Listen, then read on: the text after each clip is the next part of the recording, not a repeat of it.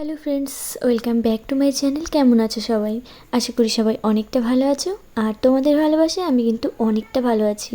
বিশেষ করে আজকের দিনটায় আরও অনেক ভালো আছি অন্যান্য দিনের তুলনায়।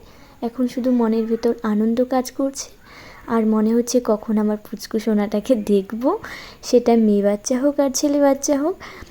তো আমরা কিন্তু চলে এসেছি নার্সিংহোমে। যারা আমার আগের ব্লগটা দেখেছো তারাই জানোই আগের ব্লগটা কোথায় শেষ করেছিলাম। তো তারপরে এখান থেকে শুরু করলাম। ওখানে ভাই আর আমার বর বিল নিয়ে কথা বলছিল। তো সব কিছু কমপ্লিট হয়ে যাওয়ার পর আমাদের ওপরে রুমে নিয়ে চলে আসলো, মানে যেখানে আমাকে থাকতে হবে। তো সবাই চলে এসেছে।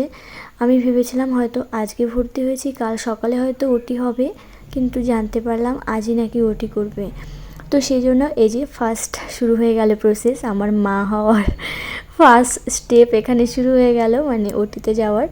এখানে ব্লাড নিচ্ছে, কিছু টেস্ট করার আছে।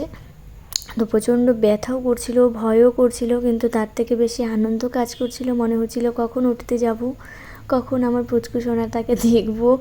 তো যাই হোক, এখানে প্রচণ্ড পরিমাণে আমার কোমরটা ধরেছিল, যার জন্য আমি একটু বাইরে দিয়ে হাঁটাহাঁটি করছিলাম।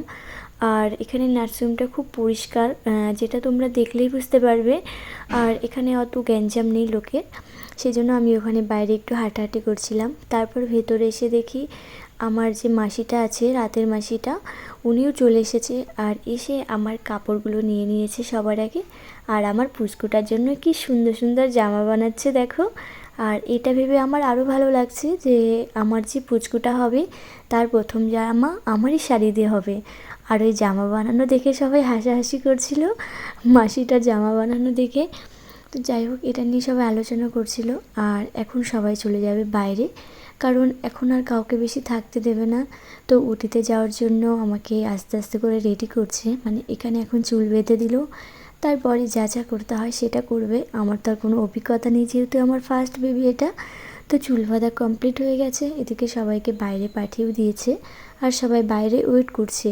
আর আমি যেই রুমটাতে ছিলাম সেটা হচ্ছে এই যে, এখানে দুটো বেড ছিল, কিন্তু ও সাইডে কেউ ছিল না, শুধু আমি একাই ছিলাম টোটাল রুমটায়।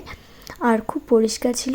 আর এটা ছিল বাথরুম, পাশে ছিল বেবি খাট, খুব সুন্দর। আর কেউ ছিল না বলে একটু ভয় ভয় লাগছিল, মনে হচ্ছিল যেন আশেপাশে আর দু একজন থাকলে বেশ ভালো হতো।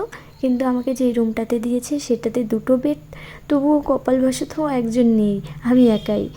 তো এখন পুরোপুরি ওটিতে যাওয়ার জন্য আমি কিন্তু রেডি, আর পুচকুকে দেখার জন্য। তারপরে এখানে এখন আমার শাখাগুলো বেঁধে দিচ্ছিল, জানি না কেন বেঁধে দেয়।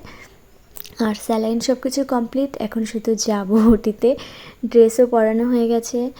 এখন সবাইকে একটু ঢুকতে দিয়েছে, কারণ ওটিতে যেহেতু যাব তো বাড়ির সবার সঙ্গে একবার দেখা না করলে হয়। তো সেই জন্য এখন সবাইকে অ্যালাউ করছে ঘরে ঢোকার জন্য। এতক্ষণ ড্রেস চেঞ্জ এটা ওটা কাজ ছিল বলে কাউকে অ্যালাউ করেনি। তো এখন সবাইকে অ্যালাউ করেছে, ভাই, মা, বর, শাশুড়ি, জেঠি শাশুড়ি সবাই এসেছিলো। তো সবাই পাশেই বসে আছে। আর এখানে মেঘের বাবার, মানে এখন মেঘের বাবার, তখন তো জানতাম না মেঘের বাবার না কার বাবা হবে, মেয়ে হবে না ছেলে হবে। ওর মনের ভেতর এত আনন্দ কাজ করছিল, সেটা তোমরা ওর ফেস দেখলেই বুঝতে পারবে। আর আমি তো ওয়েট করছি, আমার কিছুই ভালো লাগছে না। এদিকে না শরীরটা একটু ভয়ে ভয়ে কেমন যেন ড্যামেজ হয়ে আসছিলো।